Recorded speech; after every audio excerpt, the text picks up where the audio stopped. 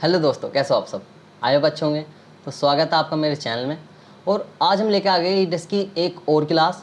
तो आज की क्लास में हम सीखेंगे कि जब हम अपनी फ़ाइल को एडिट कर लेते हैं तो उसके बाद उस फाइल को हम एक्सपोर्ट कैसे करते हैं। तो चलिए स्टार्ट करते हैं। तो एक्सपोर्ट करने से पहले एक चीज़ मैं आपको बता दूं कि उसके लिए जो सबसे पहले ज़रूरत होती है वो होती है हमें इन आउट की, कि हमारे पास जो हमारी एडिट फाइल है हमें उसे कितने एक्सपोर्ट करना है। तो उसके लिए हमें इन और आउट की ज़रूरत होती है। मेरे पास एक प्रोजेक्ट है जो मैंने ऑलरेडी कंप्लीट करके रखा हुआ है, तो मैं उसी को लेकर आपको एक्सपोर्ट के बारे में बताऊंगा। तो सबसे पहले हम एक फ़ाइल ले लेते हैं। तो मैं इसमें इन आउट लगा दूंगा।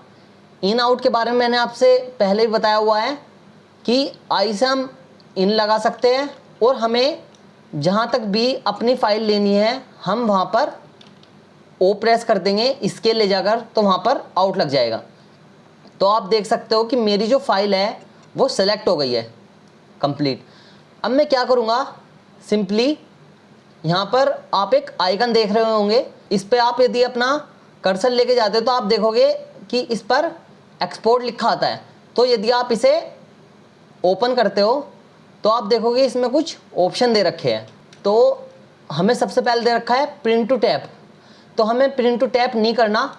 इसके बाद दे रखा है print to tab display time code, कि यदि हम इस पर क्लिक करते हैं तो जो हमारा टाइम कोड है वो हमारी वीडियो के साथ साथ एक्सपोर्ट हो जाता है। तो हमें ये भी नहीं करना। अब नीचे सिंपली दे रखा है प्रिंट टू फाइल, तो हमें इस पर क्लिक करना है। तो इस पर जैसे ही हम क्लिक करेंगे तो हमारे पास एक प्रिंट टू फाइल का इंटरफेस खुल के आ जाएगा। अब इसमें आप देख सकते हो हमारे पास बहुत से प्रीसेट दे रखे हैं। तो इसमें जो मेन प्रीसेट है वो हमारे पास 2 या 3 है।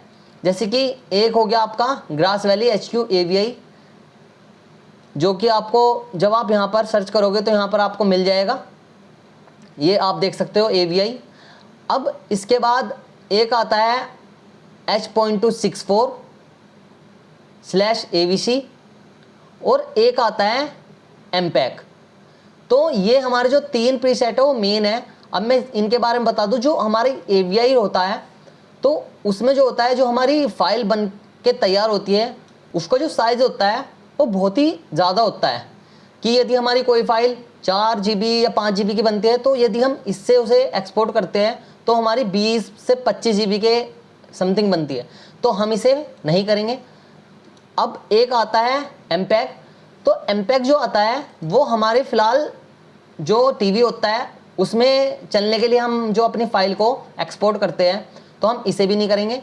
अब एक आता है हमारे पास H.264/AVC।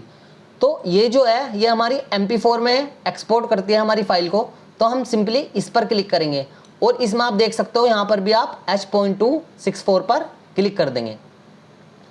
अब एक चीज़ और देख ले कि यहाँ पर आप देखोगे export between in and out.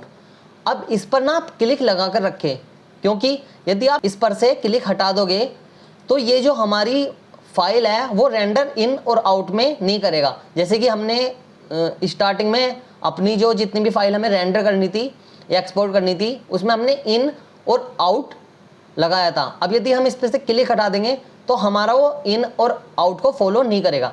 तो इस पर आप क्लिक लगा कर रखें और एक्सपोर्ट इन 16 बिट 2 इंच पे क्लिक लगा दें। ठीक, अब आप सिंपली एक्सपोर्ट कर दोगे। अब एक्सपोर्ट के बाद आपसे मांगेगा कि आपको जो एक्सपोर्ट करनी है फाइल वो कहाँ पर करनी है, तो आप उसके अकॉर्डिंग अपना फोल्डर सेलेक्ट कर लेना। मैं फ़िलहाल डी में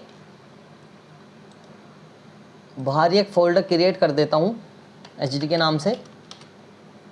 इसके अंदर मैं इसे नाम दे दूँगा और यहाँ पर कुछ आपको ऑप्शन दे रखे हैं।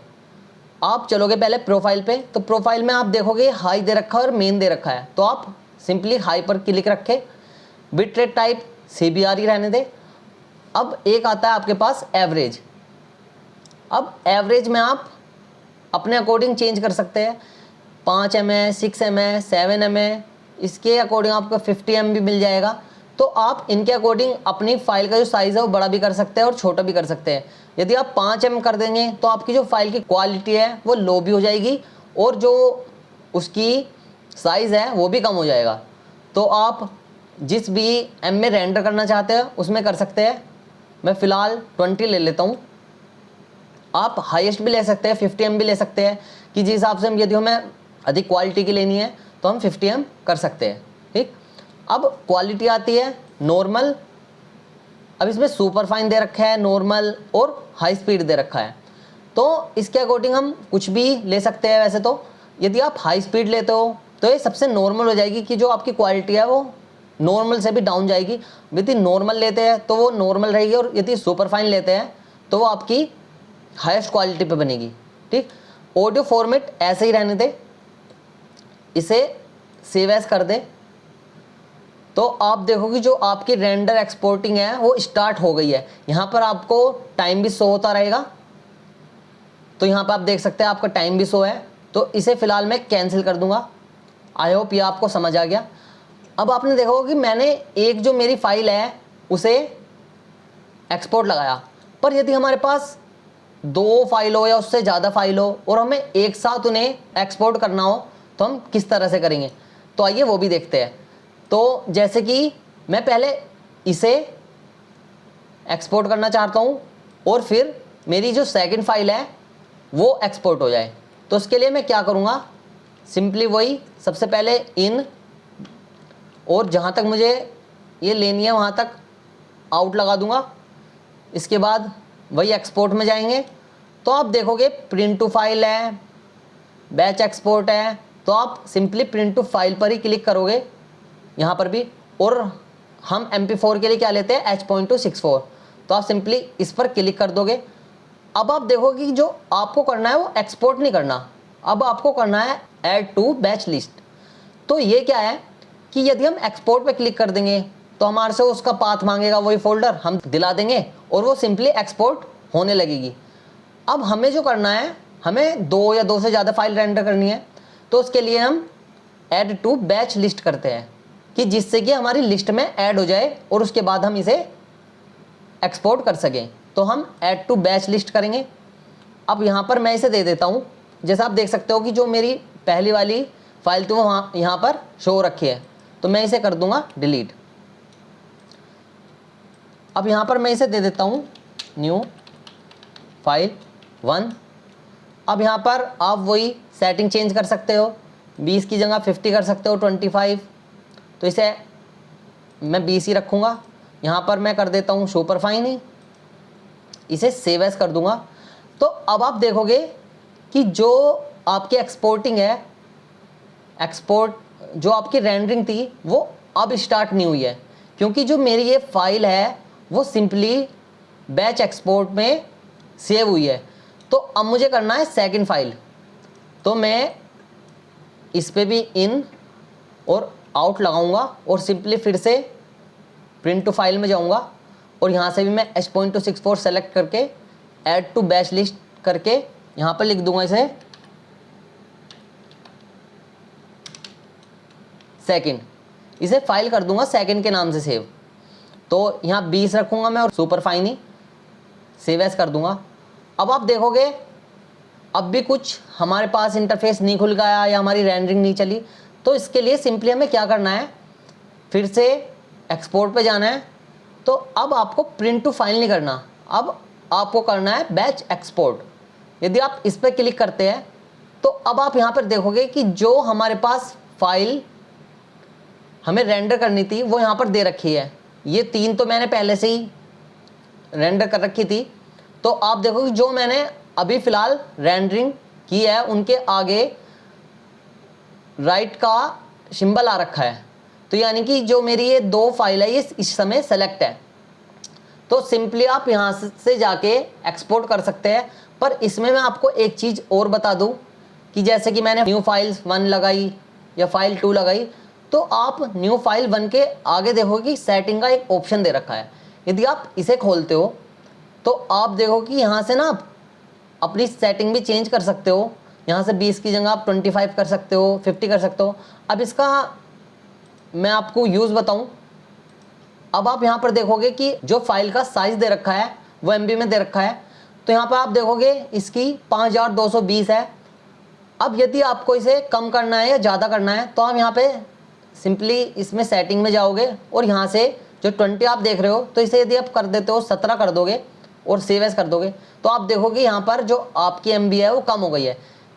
इसका मतलब ये है कि आप यहाँ से सिंपली सेटिंग से जाके अपनी जो फाइल का साइज़ है वो छोटा कर सकते हो, बड़ा कर सकते हो। यदि मैं 50 कर दूंगा और सेव कर दूंगा तो आप देखोगे यहाँ से जो फाइल का साइज़ है वो ज़्यादा हो गया। तो आप यहाँ से भी सेटिंग से जाकर इसे सिंपली चेंज कर सकते हो। सुपर फाइन की जगह आप नॉर्मल कर सकते हो। वैसे यदि आप सुपर फाइन की जगह नॉर्मल करते हो और अब सेव एज करते हो तो आप देखोगे कि जो फाइल की साइज़ है उसमें कोई चेंज नहीं आया। क्यों?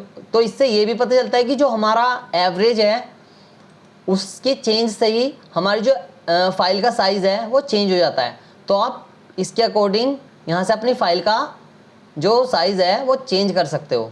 ठीक, मैं इसे सेव एज कर दूंगा। अब आप यहाँ पर सिंपली एक्सपोर्ट करके अपनी जो फाइल है उसको रेंडर कर सकते हो।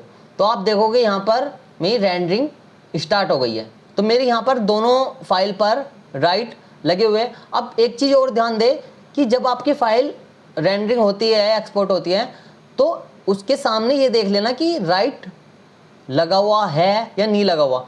आप देख सकते हो कि मेरी 3 फाइल ऑलरेडी यहाँ पर है तो इन पर राइट नहीं लगा हुआ, जिससे कि ये रेंडर नहीं होगी। जिस पर राइट टिक होगा वही फाइल मेरी रेंडर होगी। अब देख सकते हो कि मेरी जो फाइल है वो रेंडर होना स्टार्ट हो गई है। तो इसके अकॉर्डिंग आप अपनी फाइल को किसी भी साइज़ में, किसी भी रेजोल्यूशन में एक्सपोर्ट कर सकते हो। आई होप आपको क्लास अच्छी लगी होगी। तो मिलते हैं फिर नेक्स्ट क्लास के साथ।